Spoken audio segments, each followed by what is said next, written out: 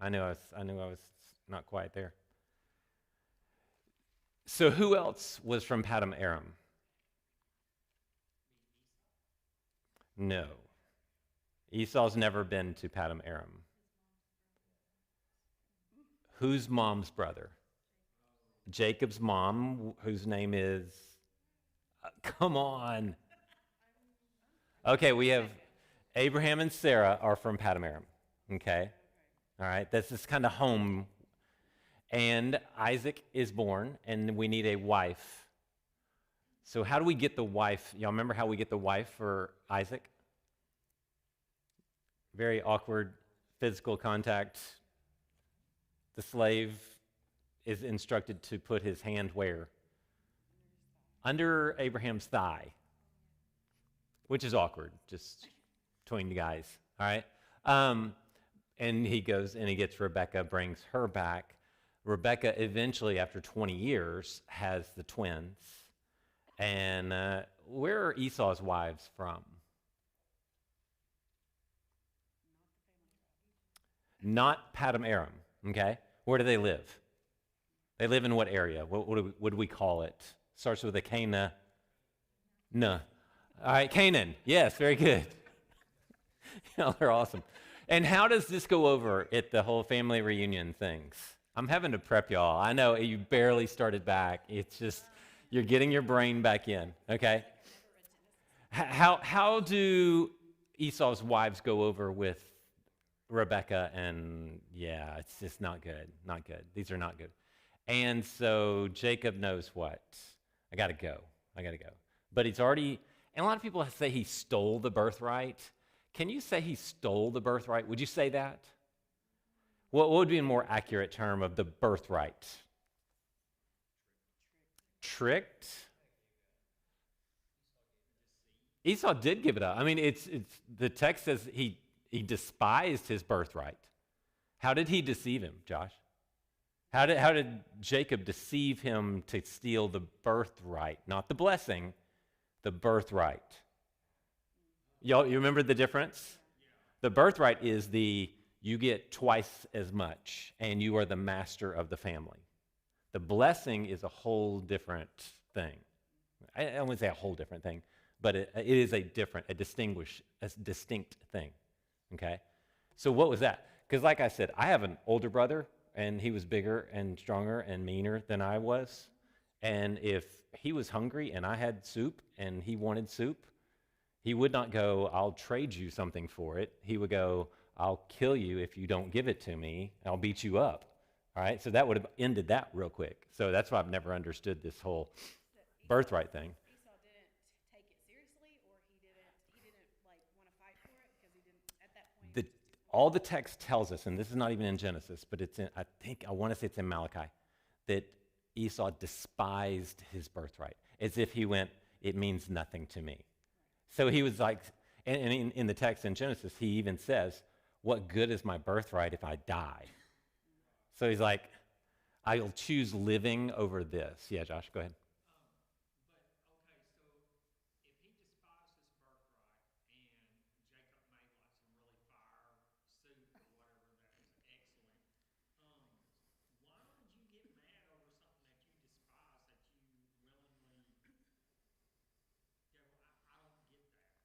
Well, eventually he may want it back, right? Why would Esau get mad that it was taken from him? Because he didn't care about it at the time. And the odd thing is, it's going to be like 100 years later before he would even get to exercise that birthright. So I think at the time he's like this, but when the blessing was stolen, literally, deceived out of it, now he's going, oh yeah, and that birthright thing. And it's as if he's going, I want that back too. He stole this from me just as much, when that's really not the case, okay? So he goes off. We know the story of him seeing Rachel coming up with the slow motion music and the wind blowing, and he falls in love. If it's the cartoon, it's the heart-shaped eyeballs throwing out of his head. And then he gets on his wedding night, or actually the day after or the morning after his wedding night, and he wakes up to not Rachel. Then he has to endure 7 days of the wedding, whatever, and then he gets to marry Rachel. So he spends 7 years, and then 7 more years. And how are those second 7 years described? Like it was nothing. It was like it was a day, because he got to marry Rachel. And that is so important when you understand, or when you look into and you read Genesis, you've got to understand the love that he had for Rachel, and the word despise might be not too bad, Leah. Not that he hated her, it was just, you mean nothing to me, which is indicative of the names of her kids, right? What does Leah name her kids all the time? They're all something in relation to, maybe he'll love me now. Maybe he'll see that I'm worth it now. It's all, and then all of a sudden with Judah, it's like, forget him. I'm all good. Praise. I'm just praising the Lord on this one. I ain't worried about this guy anymore. Then she doubles back into it, which is why, who's eventually going to get the coat of many colors? Who is the child of Rachel? Why is Jacob going to say, my only son is dead? Because what does he think about Leah and her children? You see what I'm saying? So when you look at the text, you've got to understand this dynamic within the kids of, this is Rachel's kid. This is Rachel. Everything is Rachel. Everything revolves around Rachel. And then when Joseph is gone, who now will become my only son? Benjamin will. All right? So he goes over. He tries to leave after Joseph is born, all right? Because he's thinking, well, now I have a kid. Now let me go back home. I haven't had a kid yet. Laban talks him into staying a little bit longer. We get a sort of a genetic thing with the sheep, and I don't even know how to explain all that stuff. So somehow he manipulated this, or God provided for him in strange ways, one way or the other. It seems like he was deceiving Laban. Eventually, they leave. They sneak off in the middle of the night. Laban tries to chase them down, all that good stuff. God says, what? Don't mess with him. Don't even talk to him. They go on. Jacob encounters God one more time where he wrestles with God. And then they have the encounter with Esau. And Jacob is told Esau's on his way with 400 men, which caused what? Panic, wouldn't you? The last thing you heard was, he wants to kill you. It's 20 years later, and he's coming at you with 400 men. So he divides up his camp. He divides them up just in case one gets caught, they can run, the other can run. And then eventually he's going to line up, and he starts to put the lineup with what? Who's in front? Who will get killed first? The slave, the servants, Zilpah and Bilhah, all right? And then Leah and her kids, and then Rachel, and then him. And so, you see that rhythm. So they eventually come back. Esau says, hey, come on back to the house with us. And he's like, nah, I'm good. I'll catch up with you eventually, which he never does, which is probably not a bad thing, okay? He goes to a place called Sukkot, all right? Sukkot is our word for tent, okay? And he makes houses. He builds houses, which is kind of an anomaly in this whole thing, because they're supposed to be wanderers. They're supposed to be foreigners in the land. So building a house means you're settling down, you're not moving around. And so it gets a little odd with this. He then eventually moves to Shechem, all right? And he moves there, and he camps in front of the city. Okay, cities are bad in Genesis. They're always bad, okay? That's why Abraham is a wanderer. Isaac is a wanderer. Jacob is a wanderer, a nomadic kind of person. All right, cities are always bad, all right? Because cities tend to have what? Good or bad. They have a lot of bad to them, okay? And they just sort of, the more people you gather, the closer you get. It's kind of like sin. The more sinful people you get, the closer you get them to each other, the more they're just going to corrupt everything, okay? So that's kind of the sort of the hint there that they camped in front of the city. This is not going to go well. He bought land. Is he supposed to buy land? Abraham bought a burial plot, but that was the only thing he ever owned. But he bought land, sets up an altar there in the city of Shechem, okay, which is where we pick up here in 34. Dinah Dinah, Leah's daughter, whom she bore to Jacob, went out to see some of the young women of the area. Ladies, help me out on that. What does that mean? It's a pretty straight translation.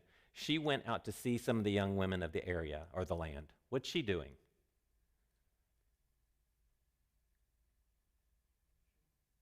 Well, how would you describe that in your own vernacular? Hanging out. Okay. Going to the mall. Yeah. I mean, she wants to go meet some girls because I don't know how many daughters they had that are not mentioned, if they had any. But if they don't have any other than the one that is mentioned, what's the dynamic here in the family? Yeah, that's a lot of testosterone running around in there. And imagine being the one daughter amongst these 11 brothers, all right? So when she gets to a city, she goes to see some of the women, the young women of the area. Now, who's not with her? Anyone. That's bad, okay? When Shechem, all right, this is a person, son of Hamor the Hivite, a prince of the land, a prince of the region, okay? So we don't know if Hamor was the king, but we know Shechem was the prince. I don't know how that works exactly. We don't know because it's never referred to as King Hamor, all right? He saw her, he took her, and raped her. Literally, he laid hands on her and humiliated her is the only language of it. We don't have the word rape in the Bible. The word rape is always contextually, he lay with her, and contextually we can determine whether or not it was rape, it was consensual, it was whatever, okay? What's that? Yeah, I know your Bible has rape. The actual word for rape is not in the text. It's always to lay with someone, all right? No, it is rape. And I'm saying contextually, we can tell if it's a forceful laying with someone or he took her. Yeah, I mean, they wouldn't use the word rape. They would say had sex with her. Okay, now that can be your wedding night, had sex with her, or that can be raped, had sex with her. So, and it's just the word to lay with or to know, one of those two words, okay? The Septuagint has he laid with her and he tapiainos, to humiliate, to embarrass, to disgrace someone, to make them lowly, okay? 3 says, and he became, his soul became infatuated. His soul was clung to with Dinah, daughter of Jacob. He loved her, ahava, loved her. The young girl, okay, don't get weird about that, okay? Because Rachel was described as the young girl who was coming up towards Jacob when he fell in love. Ruth is described as the young girl when she marries older Boaz, okay? So don't get weird about that word. And spoke tenderly or from his heart to her. Give me this girl as a wife, he told his father. Now, is that kind of the normal course? You see a young lady, you grab her, you rape her, and then you become infatuated with her. We have another story of rape in the Bible. Y'all remember this one? Tamar, Amnon, and Tamar. Amnon begins with what? I'm lovesick. Got to have her. I must have her. And then his cousin, who's just a horrible human being, says, hey, pretend like you're sick, and when she comes over, just grab her, and now you can lay with her. And how does he react after he has sex with her? He despises her. Get out of my house. I don't want you. And she's like, don't do this. My father will give me to you. And he says, no, get out. I don't want anything to do with you. So this is this weird, complete opposite reaction. So a lot of the commentators think that what Shechem did was culturally normal for the Hivites, for the Canaanites to do something like this, okay? So that tells you whatever you want to know about that. So that's what happens. Now he wants to marry her. 5, Jacob heard that Shechem had defiled his daughter Dinah, which is an interesting thing because how do you just hear about this unless Dinah comes home and tells him, okay? I'll give him that, all right? Now, how, as a father, might this person react to his daughter being taken, raped, etc.? Yeah, that wouldn't go well with me. I've actually been plotting things of if something happened to Holland, I have to get with Trey and go, how can I get away with this? And what are the things you can detect? And I've watched enough CSI or NCIS where I think I can do this in a certain way. All right. But yeah, if Holland was raped and that person, some random person in New York City died mysteriously, I didn't do it. I promise. I do have a lot of vigilante in me. I've said that before, right? My dream job is just to be the vigilante that just sits on the top of the building and shoots bad people. So that's just, I know it's horrible, but I have this righteous indignation in me that wants to do that, wants to be that person. All right, anyway. I know. But yeah, I know that if you have this random spree of serial murders, it's not me, I promise. I know. Yeah. Trey will now be questioned. We'll have to delete this. Now I can't do it because it's on the stream. So I've already outed myself, so I can't do it now anyway. All right. But watch this in verse 5. But since his sons were with the livestock in his field, he remained silent until they returned. Now, this word remain silent is often used in an agricultural sense as he was plowing the ground. Now, why do you plow the ground? Now, because here's what I want you to do. I want you to think this scenario, and then I want you to think farming metaphor for this. You plow the ground to do what? So that you can put seed in it, so that you can cover it up, so that eventually what will happen? You get fruit. So this remained silent means he was just plowing the ground. What was he doing? Plotting. You see this? We would even get this. They were plotting along, all right? So it's to devise, it's to plot. But he remained silent until they returned. Meanwhile, Shechem's father Hamor came to speak with Jacob. I bet that was awkward, okay? Jacob's sons returned from the field, and when they heard about the incident, they were deeply grieved and angry. Grieved and angry. Is that a normal process? Just think through. Would you be grieved and then angry? Angry, then grieved? Whatever it was. Interesting, Jesus gets grieved, same word, and angry on one occasion. Does anybody remember an occasion in which he was angry and grieved at the same time? No.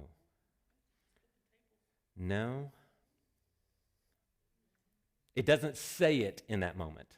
It's one moment he's in the synagogue, and there's a man there with a withered hand. And he says, "What should I do for this man?" And they all remained silent. And he was grieved at their silence and angry because they were waiting to trap him using this man with the withered hand. So interesting thought, but it has nothing to do with this. There's a whole different dynamic. For Shechem had committed an outrage in Israel. Now, your text probably says outrage against Israel. Don't go there. It's not. There's not the preposition at all. So it's an outrage Israel. And we have to kind of read into it as to what if it's against, for, in, around, whatever.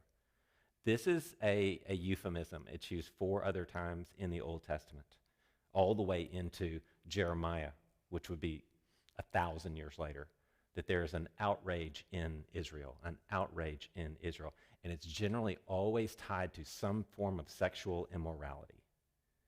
And so this euphemism of an outrage in Israel, it's in Deuteronomy, Joshua, Judges, and in Jeremiah. Outrage by raping Jacob's daughter, and such a thing should not be done. Verse 8, Hamor said to Jacob's sons. Now this is interesting. Hamor comes, and who does he talk to? Does he talk to Jacob or to Jacob's sons? Why not Jacob? We don't know. Interesting. Verse 8, Hamor said to Jacob's sons, "My son Shechem is strongly attracted to your daughter." Okay? Which just gets weird, really weird. "Please give her to him as a wife. Intermarry with this." See if you have any red flags that come up here. intermarry with us, give your daughters to us, and take our daughters for yourself. Live with us, the land is before you. Settle here, move about, which means to trade, and acquire property, which means to gain property, make profit, okay, in it. Then Shechem said to Dinah's father and brothers, grant me this favor. It's probably better translated, may I find favor with you. If I have found favor with you, not grant me this favor. That just, I don't know why they translate it that way. And I'll give you whatever you say. Demand of me a high dowry or compensation, and I'll give you whatever you asked. Just give me the girl to be my wife. Okay, now, did anybody pick up on any red flags in their question or their statement? Intermarry? Is that a problem? It's actually not in the law yet because we don't have the law yet. But is that what Abraham was told? Well, eventually we do get the don't you dare do it. But the bloodline needs to be true. Okay? And so, no, we're not going to intermarry. We're going to be foreigners. We have to be foreigners in the land, not residents. And we don't need to be absorbed into the land. Okay? Because Abraham has a distinct calling that his line will bless. Okay? Acquiring property, all this stuff, that's a trap right there.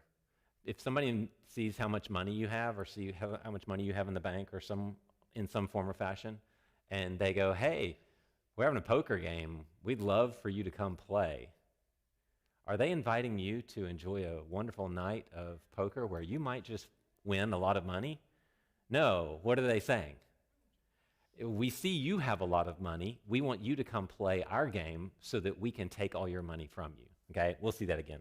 All right? There's an underlying deception here. 13, but Jacob's sons answered Shechem and his father deceitfully, like father, like son. All right? Because he had defiled their sister Dinah. We cannot do this thing, they said, acting all mad. Giving our sister to an uncircumcised man is a disgrace to us. We will agree with you only on this one condition. If all your males are circumcised as we are, then we will give our daughters, take your daughters for ourselves, live with you, and become one. Whoa. Talking about a red flag right there. We're going to become one with you, the Hivites. Is that part of the plan here? No. Do they have any intention of becoming one with anyone? No. Remember how did they answer? Deceitfully. So if you'll get circumcised, then we'll go through with this whole thing. 17, but if you will not listen to us and be circumcised, then we will take our daughters and go. The word seemed good, pleasing to Hamor and his son Shechem. The young man did not delay in doing this because he was delighted with Jacob's daughter. He's still in love. Now, he was the most important, the weightiest, the most noble, glorious in all his father's house. So Hamor and his son Shechem went to the gate of their city and spoke to the men there. Now, why do you go to the gate of the city? Because that's where the important people hang out. Just if you ever hear, and they went to the city gate, that's where the city officials live. That's City Hall, if you want to call it that, okay? Now, circumcision for a grown-up adult male, could that be in any way, shape, or form incapacitating on any level whatsoever? Okay, so if you're answering them deceitfully and you say, hey, if you'll just go ahead and have this minor medical surgical procedure on a not very good place to have a surgical procedure, and then in 3 days we're going to come kill all you guys, and you're going to be wandering around trying to fight us off in not so good a physical condition, okay? So this is the plan. 21, they go and they say, these men are peaceful toward us. They said, let them live in our land and move about, for indeed the region is large enough for them. Let us take their daughters as our wives and give our daughters to them. But the men will agree to live with us and be one people. See that again? Only on this condition, if all our men are circumcised as they are. Look at 23. Here's that clue as to their real intention. Won't their livestock, their possessions, and all their animals become ours? Only let us agree with them, and they will live with us. So this is the plan. So Shechem, the prince, the leader, all right, the ruler in the area, is trading his land for what? Dinah. He's putting himself completely at risk, right? Because he wants Dinah. And he thinks, I think we can also kind of plunder this little family that's kind of moved in just outside the city walls. So what's tipping here? Why would you put yourself in a position to be that incapacitated with the possibility of gaining this? Because you just want the girl. And the girl gets him in trouble, right?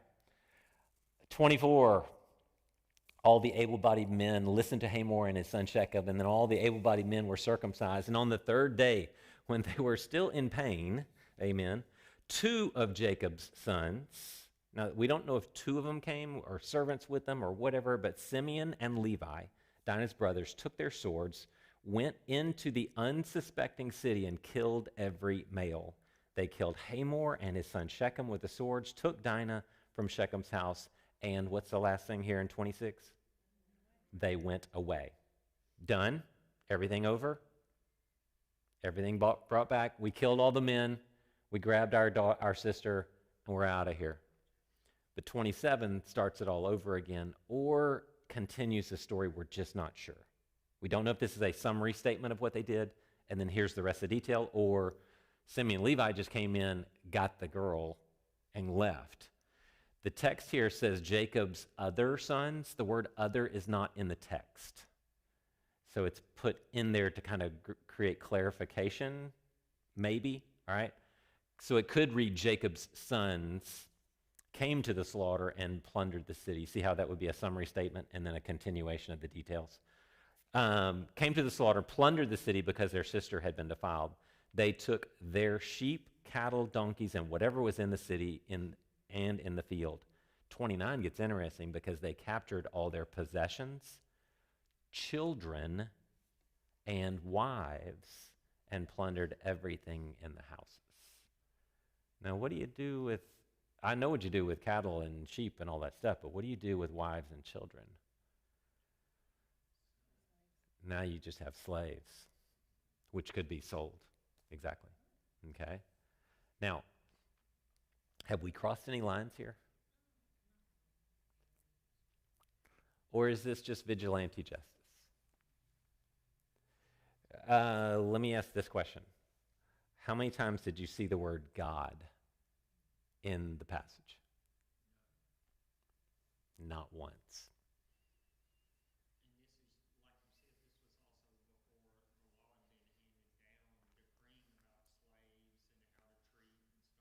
Sure. Yeah. No law given at this point. So can we say what they did was wrong? Can we say that what they did was a sin? Can we even say it was wrong?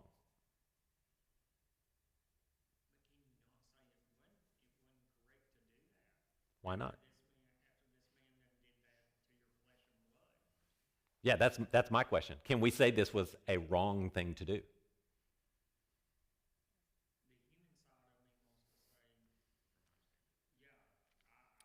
And is there any type of objective law that would create the dynamic or the absolute objective truth that this was criminal or sinful, either or?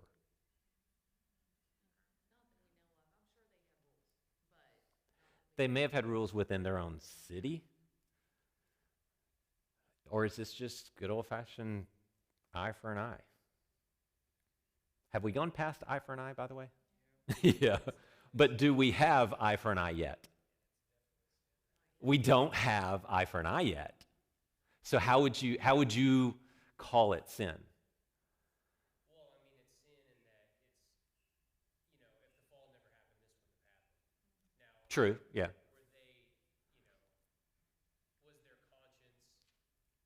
were they battling their conscience and they did it anyway? Yeah. I have no idea, but yeah, it's definitely sin. Like I could see them getting revenge on Shechem because he's the one that did it. Uh-huh. But you don't just do that. You marched all Yeah, all the men were killed. All the children and women were taken, captured. The implication is enslaved and or sold.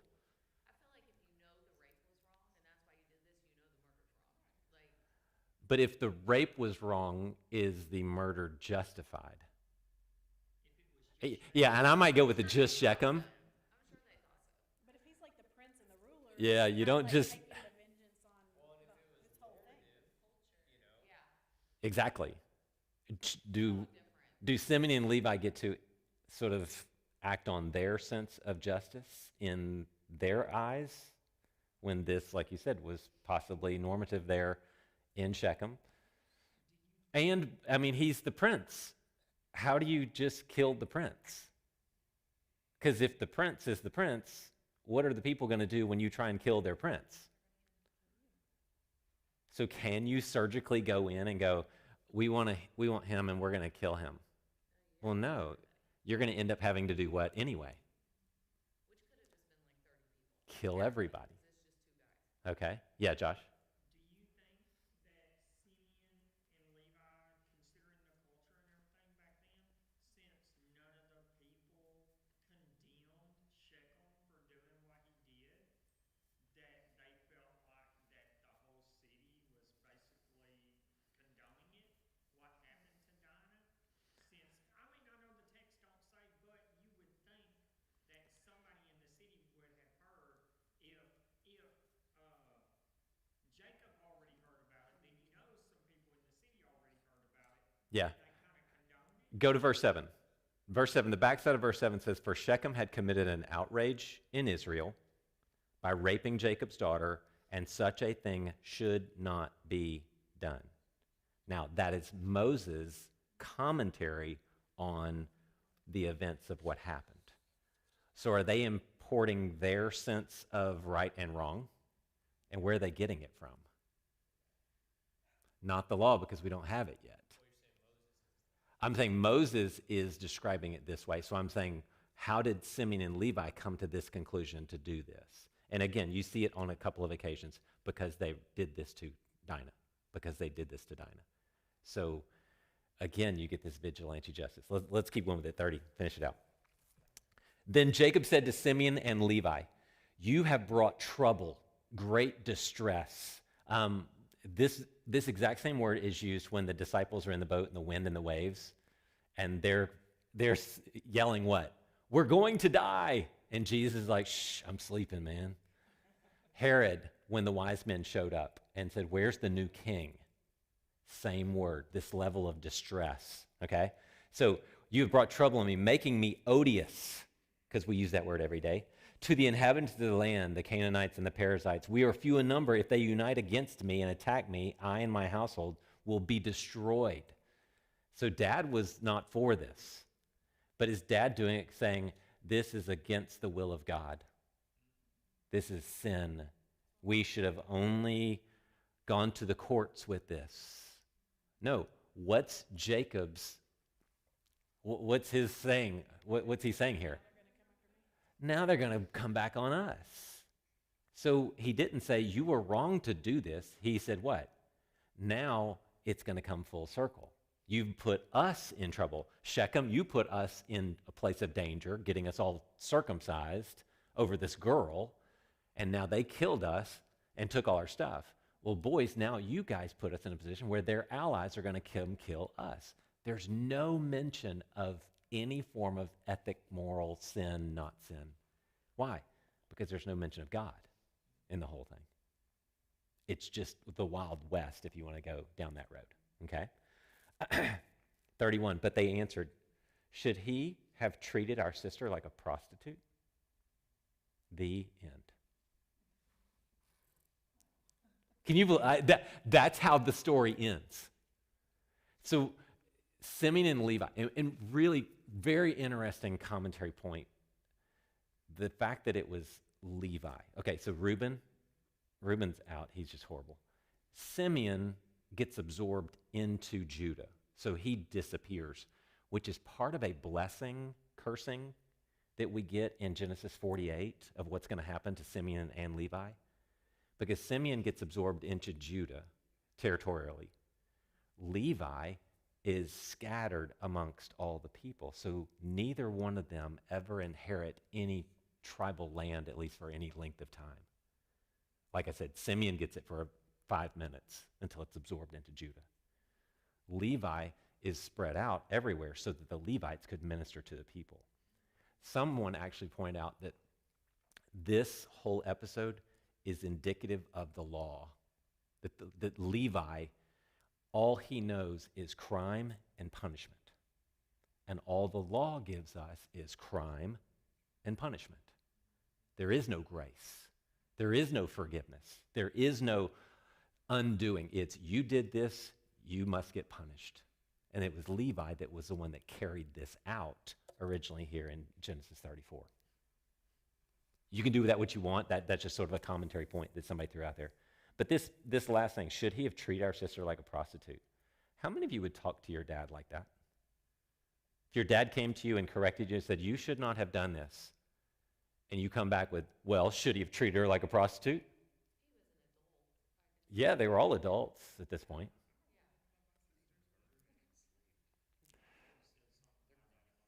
Would you have said something like that? Would your dad have gone, oh, that's a fine point, Josh? Yeah. It's just an interesting way to end the story, that there's no resolution, there's no anything to it. And then after all of this, we pick up in 35, all right? God, first word of chapter 35. It's as if he's just watching the whole thing going, yeah, I'm not getting in the middle of that. That's just a train wreck of Wild West. And I love what he says, because they moved to Shechem. Should they have moved to Shechem? Been near the city, bought land, even considering becoming one with these people? You see all the mistakes. That's what I said. I want you to see all the red flags, all the potential for things going wrong. God says to Jacob, get up, get out, go to Bethel and settle there. Now, what happened at Bethel? Bethel is where God appeared to Jacob. All right? This is Bethel, the house of God, the stairway to heaven, all that stuff. Okay? Settle there, build an altar there to the God who appeared to you when you fled from your brother Esau. So Jacob said to his family and all who are with him, get rid of the foreign gods that are among you. Why in the world would they have foreign gods? They weren't intermarried with them yet, but they were darn close. But who had household idols? Laban did. Now, what were you saying? Yeah, the people they were around very much could have influenced them into this. But it's get rid of your foreign gods, purify yourselves, and change your clothes. Anybody, your parents ever gone, change your clothes? Or going to church, change your clothes. Why? Because you're in muddy pants or something like that. You need to change your clothes, wash your face, all that good stuff. Because why? Because you're going to a different environment. We have to leave all of this behind because what we did in Shechem was a huge mistake. And sometimes you just got to get up, get out, purify yourself, change your clothes, and move on. Yes?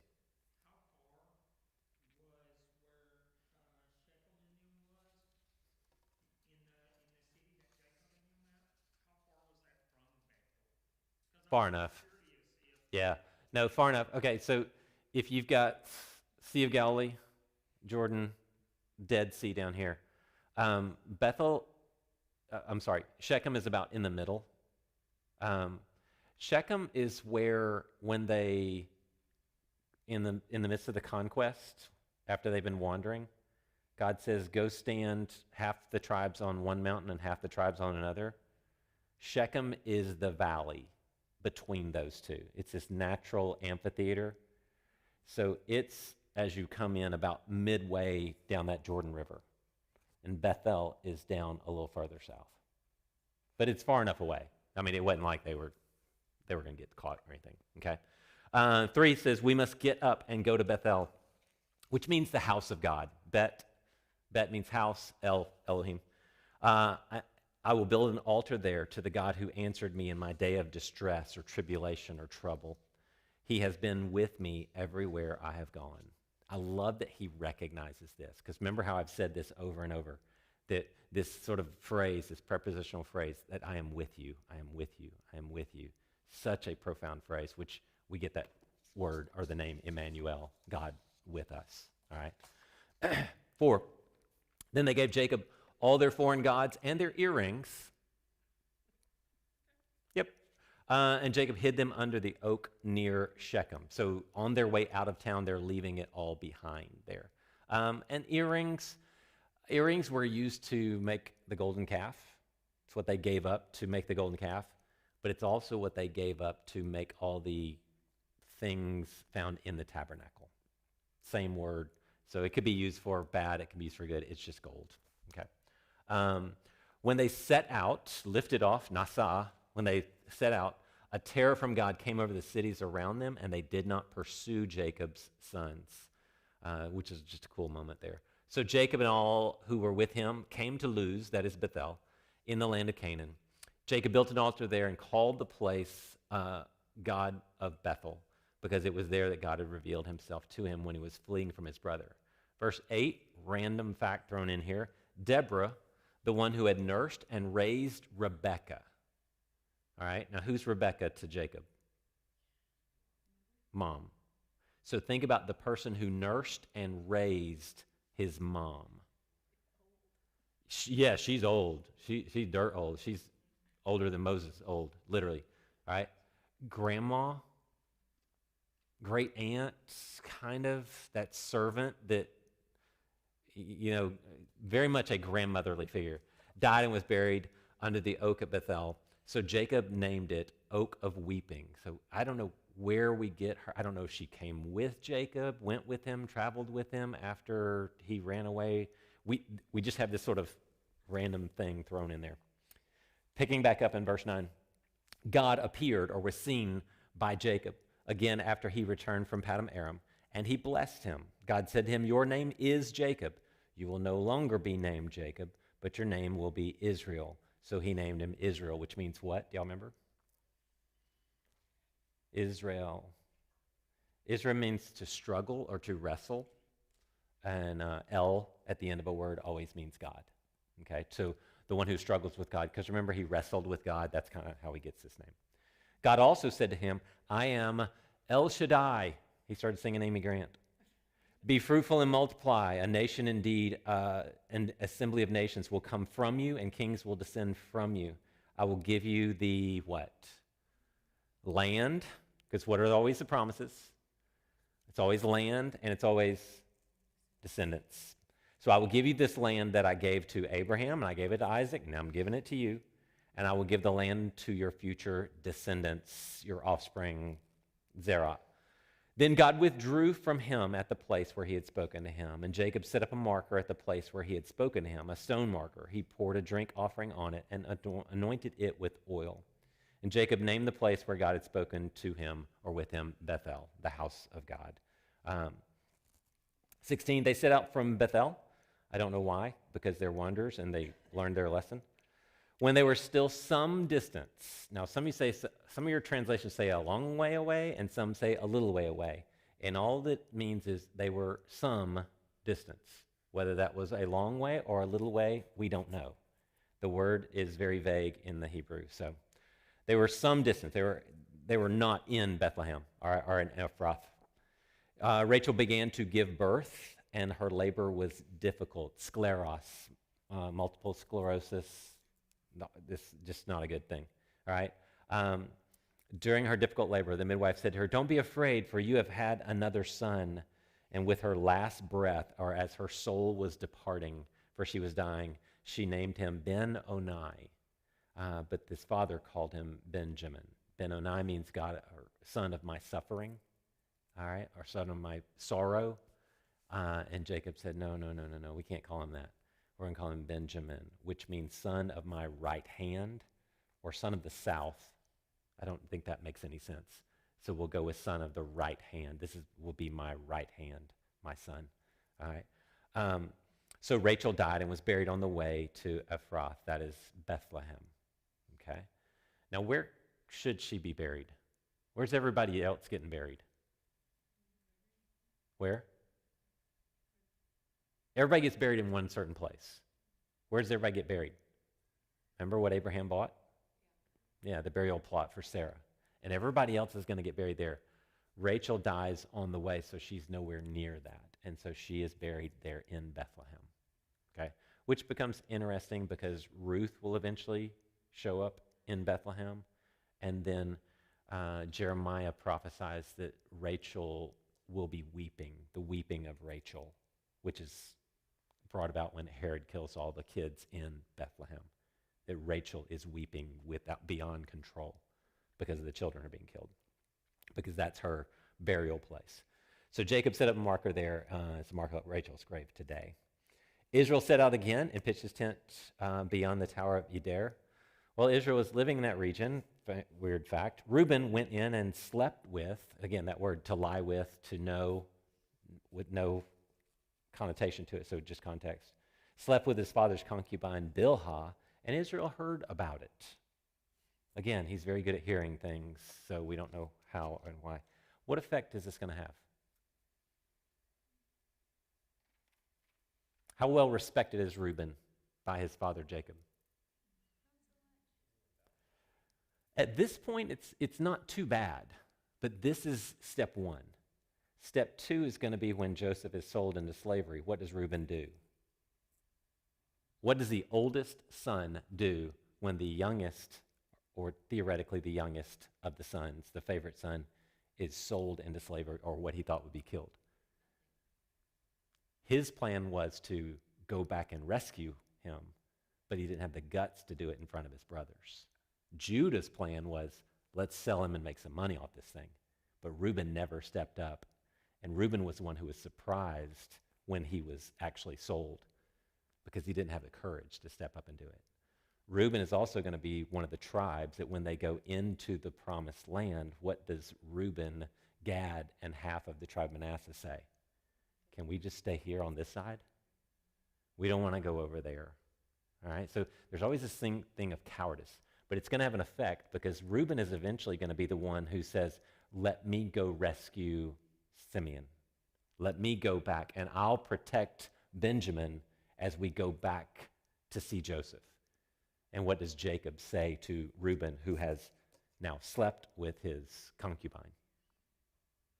Not you, but Judah. Okay, I'll trust you. So there's always this sense of cowardice when you get to the Reuben or the Reubenites.